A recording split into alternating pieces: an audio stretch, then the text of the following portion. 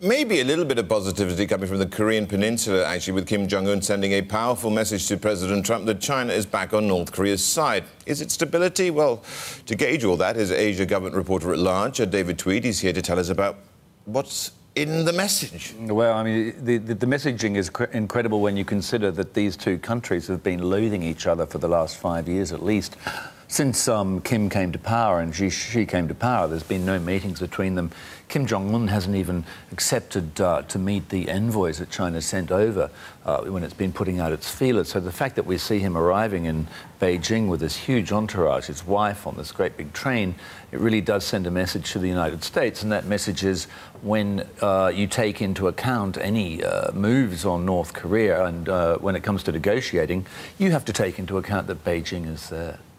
The question is, what's in it for China? What's in it for Xi Jinping? Well, I mean, this puts China firmly back in the position of at the centre of the negotiating position. I mean, here was Kim organising a meeting with Donald Trump. Trump apparently accepted that meeting, didn't even inform the Chinese. The Chinese, from what we've heard, were furious about that. So this firmly puts China right back in the middle of any negotiation, any solution, because any solution that we do get, if we get that far, is going to have far-reaching consequences for the entire Northeast Asian region. David, what does this mean for the Trump-Kim summit, the big one that we're all looking ahead to? That big one. Well, I mean, the thing is that summit could now be sidelined in favour of multilateral negotiations, because remember that China before was at the centre of the six-party talks. So China certainly wants to be at the centre of whatever does happen. So, you know, the failure... People often talked about what the failure of a Trump-Kim summit would mean, and they were worried that would mean that the United States would suddenly think that a preemptive strike on North Korea would be acceptable, and that's certainly the line that John Bolton, the new national security advisor, has been arguing.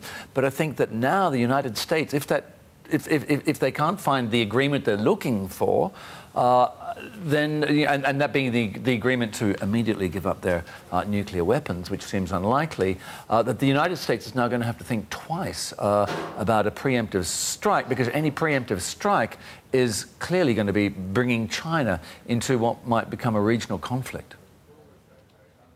Yeah, and David, is there, are there sort of concerns about this reappointment, or the new appointment, I should say, of the super hawk Bolton, just as we get into these very high-level and sensitive negotiations?